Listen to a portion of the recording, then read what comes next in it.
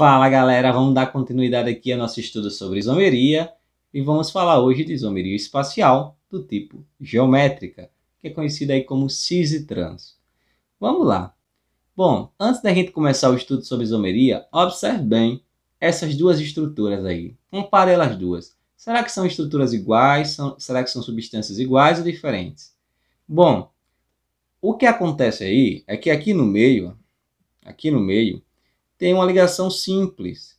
E essa ligação simples, ela permite a livre rotação desses átomos, eles conseguem girar. Então, esses dois compostos, eles são iguais, porque um no espaço se converte ali no outro. É só uma mudança de posição desses átomos aí. Então, não existe aí um impedimento rotacional, por isso que um consegue se converter no outro. E aí, existe aí, e aí essas duas substâncias são iguais. Bom, agora observe isso aqui. Agora nós temos uma ligação dupla aqui no meio, ó.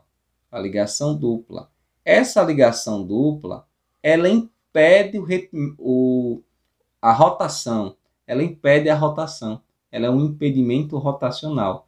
Se tentar girar uma ligação dupla, ela vai acabar, se forçar, vai acabar quebrando a ligação dupla.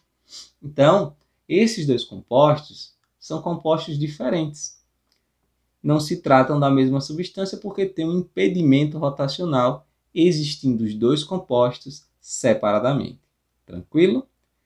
Então, a gente vai ver agora que para que exista isomeria cis e trans, é preciso que haja impedimento rotacional. Porque o impedimento rotacional vai permitir, vai possibilitar a formação de mais de uma substância. Tranquilo? Tranquilo. O impedimento rotacional pode ser uma ligação dupla ou uma cadeia fechada, porque tanto a ligação dupla como a cadeia fechada impedem a rotação livre ali dos átomos da ligação, dos átomos que estão aí ligados ao carbono. E os carbonos do impedimento rotacional, os carbonos do impedimento rotacional, não podem ter ligantes iguais. Em que sentido? Nesse sentido, ó. Tá vendo aqui que o impedimento rotacional é a ligação dupla, né? Todo mundo já tá vendo. Aqui, esse R1 não pode ser igual a esse R2. E esse R1 aqui não pode ser igual a esse R2. Esses ligantes, eles precisam ser diferentes. Tranquilo? Eles precisam ser diferentes para que exista isomeria. Se eles forem iguais, não são isômeros cis e trans. Tranquilo? Aqui nós vemos aqui como é que a gente define se o composto é cis ou se ele é trans. Aí você vai definir de acordo com os ligantes iguais. Ó.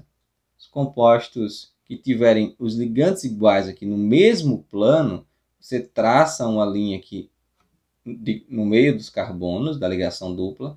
Veja que os cloros estão no mesmo plano. E esses átomos aqui, laranjinhas, estão em planos diferentes, provavelmente hidrogênio.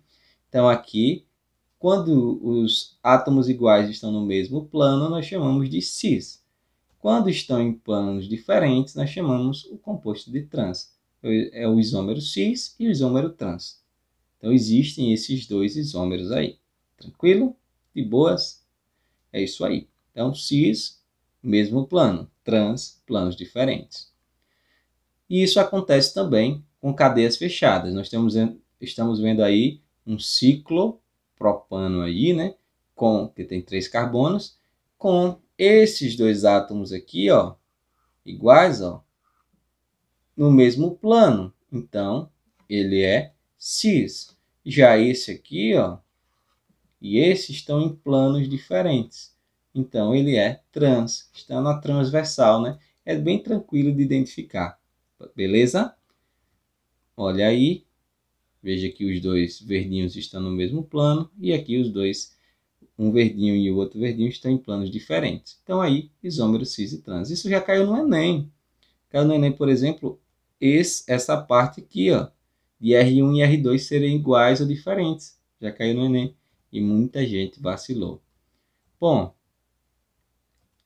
mas algumas vezes não dá para identificar se é cis ou trans, porque não são compostos ou ligantes iguais. Dos lados opostos, assim, não são ligantes iguais. Aí é que a gente usa a terminologia EZ. Como na isomeria é Z, todos os 4 ligantes avaliados são diferentes entre si, levamos em consideração as diferenças no número atômico dos ligantes. Então, observe aqui, ó, nós temos hidrogênio e flúor, cloro e bromo. Como é que a gente sabe se vai ser E ou Z, a nomenclatura que a gente vai dar? Observe, hidrogênio, número atômico, isso aí tem que olhar lá na tabela periódica, é 1. O flúor é 9. Então, aí, entre hidrogênio e flúor, o maior é o flúor.